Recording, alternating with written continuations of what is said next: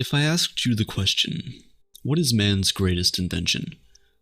What would your answer be? There's a lot of options. Would it be fire? Because it gives us warmth, protection, and the ability to cook our meals. Or perhaps you would pick the wheel, because it's the driving force behind the beginnings of trade, commerce, and travel. While both of these are excellent choices, most of the time when we think about the greatest inventions of mankind, we tend to forget one of the most important ones of all: money. But unlike man's other great inventions, money is immaterial. Maybe that's why we don't often think of it in the same breath as some of the other great inventions. Things like fire and the wheel are tangible, but not money. Money is merely an idea, an illusion whose value is non-existent, only determined by the importance we place on it. Or at least money as we know it today. However, the fact that money is an illusion does not in any way undermine its importance. Before we created money, we were forced to trade goods and services directly in what we refer to as the barter system, people exchanging goods and services for other goods and services in return. Because there was no arbitrary value placed on these items, every single trade was determined by what each party was willing to give up for something that they wanted. It was kind of like a game. If I wanted some of your vegetables for dinner, but I only reared cattle, I would have to give you one of my animals in exchange for a bag of vegetables. If I wanted shoes to wear, but I only made tents, I would have had to give you an entire tent in exchange for a pair of shoes. And immediately you can already see one of the major problems with this system of trade. It's the asymmetry.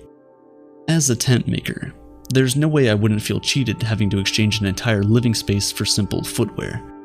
Because there was no standardized medium of exchange, it was very difficult to get two people who needed things from each other to come to an agreement.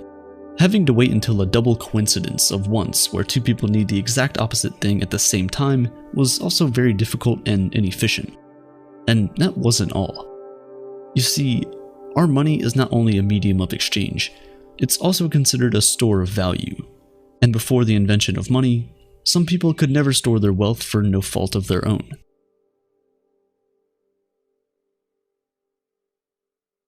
Think about the farmer who sells tomatoes and the man who makes tents. The man who makes tents can create an entire village of real estate and barter it out with anyone who needs a place to rest their head all year long, and he would probably cash out on that. But the farmer who sells tomatoes can only barter when tomatoes are in season.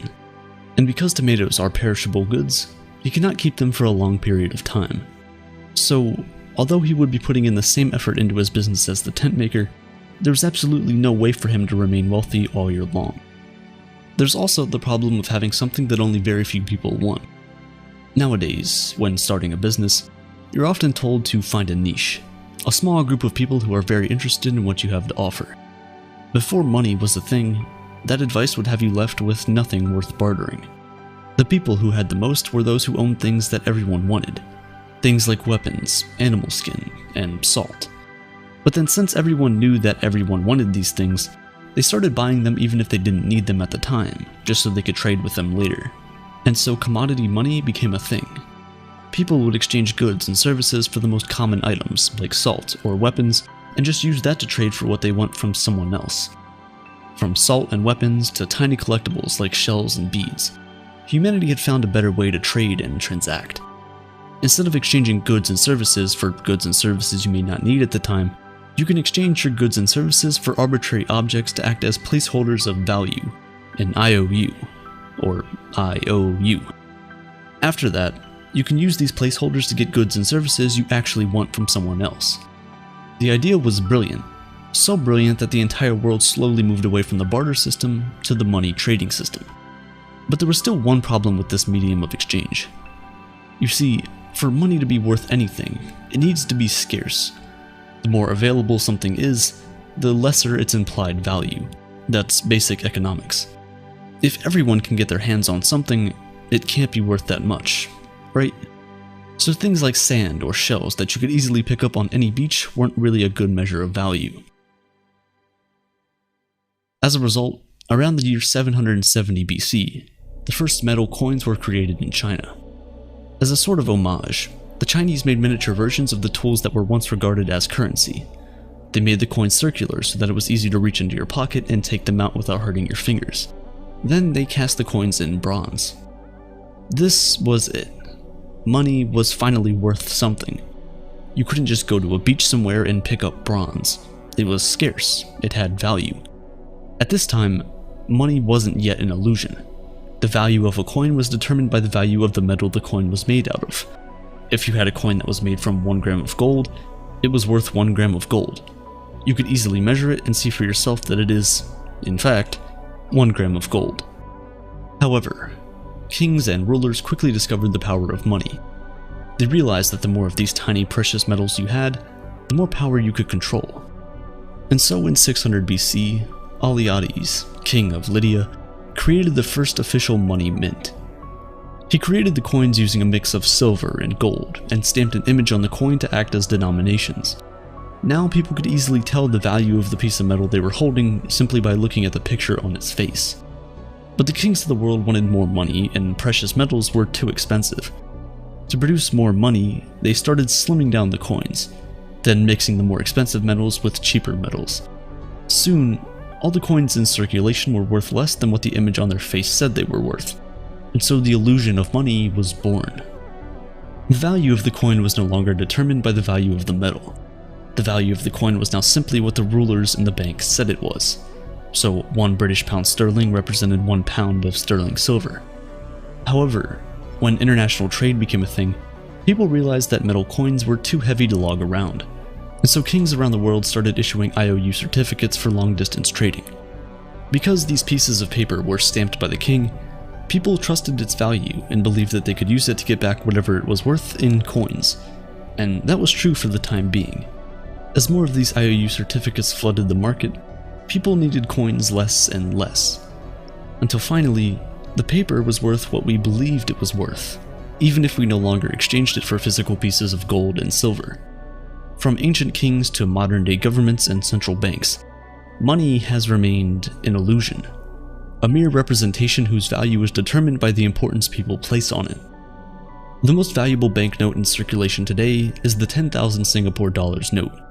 Although not being produced anymore, this single piece of paper worth 7,345 US dollars at the moment is still regarded as a legal tender, so you can still use it to buy things, valuable things like houses, cars, and even metals like gold.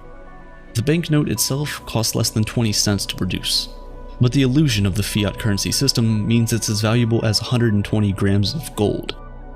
Fiat is the fancy word we use to describe the modern-day illusion. It's a Latin word that translates to "let it be done." It's a decree by the government that, in the case of money, determines what its value is and enforces it as legal tender. The illusion of money is one that we never really think about, but just like the kings of old, the governments of today understand the power of money and, as always, want more of it. They know that the more of these pieces of paper you have, the more power you have. So what do? Well, they can simply create more pieces of paper out of thin air. Yes, if, for example, the United States government wanted $340 million for, I don't know, maybe another F-22 jet, they can simply print the money to do so. But there's one problem with this: inflation. The thing about money is that primarily, it needs to be a means of exchange to be considered valuable. So the amount of money in circulation needs to reflect the output of the goods and services that are being produced. When more money is printed than there are goods and services, all other things being equal, the prices of these goods and services increase and the value of the money itself drops. This is why many economists, and even everyday people like you and me, are worried about the current global reserve currency, the United States dollar. 2020 was a terrible year for the entire world. In the wake of the pandemic, most economies had to be shut down. The goods and services available and the general output of the economy was reduced to mere trickles, and the world kind of came to a halt for a while. Because there wasn't as much money flowing around, to keep the economy from going under and basically our world falling apart, the US government started printing money at a rate faster than has ever been printed before in its entire existence. Right now, 40% of the US dollars in existence today were printed in the last 18 months alone. That's outrageous. And because the output of the country hasn't really increased by that much, eventually, the prices of the goods and services might start to skyrocket. You can see this taking place in the price of commodities, such as lumber, which had as much as tripled in price from just a year ago. If you haven't noticed, some of the prices of the things at your favorite restaurants are now slightly higher than they were last year. It's an ever so small increase. Maybe the guac at Chipotle is 20 cents higher, but it's happening right there under your nose. On the surface, it seems like a good thing that governments decided to send out stimulus and unemployment checks to their citizens. But the reality is, it's a double-edged sword. Of course, it helps those most in need, and that's a good thing. We're at the point where, because of inflation and a slowed economy, people really aren't able to get the right jobs at the right times. Sometimes it's not even because they don't want them, but because it's simply worse than the alternative. For example, in the United States at least, if you're a waiter or a waitress, you aren't required by law to be paid even minimum wage. Some are literally paid $2 to $3 an hour, with the rest of their income coming from tips. But with a lot of restrictions and rules in place around the country, and not as many people going out, there's less customers. Less customers with less money means less tips. If your employees aren't making enough money, they're gonna quit. Simple as that. If your business doesn't have employees to help you run it, you're going to go under. It's a domino effect. But what can you even do? When you can earn more money from unemployment and stimulus checks than you would from being employed, why even look for a job in the first place? You see, the Federal Reserve of the United States is a very sneaky way for the government to essentially create money out of thin air and pump it into the economy without people thinking too much about it. Before 2020, the United States was $29 trillion in debt. It's an unbelievable and inconceivable amount of money to even begin with. This debt is obtained in the form of bonds and treasury notes, which are basically just pieces of paper that say the government will pay you so-and-so amount plus interest. Right now, a 10-year US Treasury bond will return you about 1.23% on your investment at expiry. So if you put in $1,000 today, you'll have made $12.30 by 2031. That sounds terrible already, but to add icing onto the cake, it doesn't even keep up with inflation, which is targeted to stay around 2% a year. It's a lot higher than that, but that's for another time. By investing in government notes of your own country, which issues the currency you use every single day, you actually lose buying power over a decade. It is weakened by the day. But regardless, banks, businesses, and individuals around the world buy these bonds and treasury notes, and the government uses all that money it gets back how it sees fit. However, when it's time for the government to pay its debt, all the money they made has already been spent. So they buy back all the treasuries and bonds, but only from the big financial institutions, and then pay them back with new money created out of thin air. Since March 2020, the Federal Reserve has bought back over $1 trillion in bonds, and is planning to continue to do so for the foreseeable future. With all the new money pumped into them by the government, banks can now give out more loans to people, earn more interest, and help grow the economy. But this increases the total amount of money in circulation, reducing the value of each dollar. With multi-trillion-dollar stimulus payments and infrastructure packages, it makes you wonder how long this stuff can go on for. New money steals value from old money. The amount in your bank account doesn't change, but because of the new money the government has just printed out of thin air, your money is no longer valuable as it once was. Basically, every second you store your wealth in any fiat currency, such as the US dollar, it is being devalued. You could stare at your bank balance, and day by day, you'll be able to buy less and less things with whatever you have left. The reality that money is nothing but an illusion is one that we must all embrace, because only then will the path to financial freedom become clearer. It's all a game that never truly ends. Understanding that money does not have any intrinsic value in itself, but instead only inherits the value we give to it, will prevent you from trying to store up your wealth in currency. Instead, using that money to acquire assets that will appreciate faster than inflation is the only way to win the game. And it's not really winning, it's avoiding total loss. As more and more money is printed each and every day, the value of each dollar in your pocket will continue to decrease. But the dollar value of the assets around the globe will continue to appreciate in value.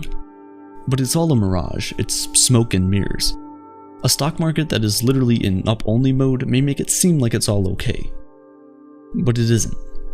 it's all denominated in the same currency that is slowly dying each and every day.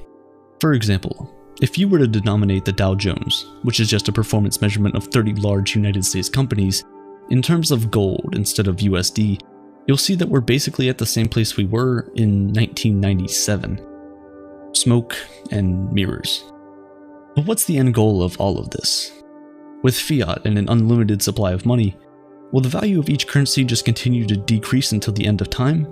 Will the gap between the rich and poor just continue to grow wider and wider?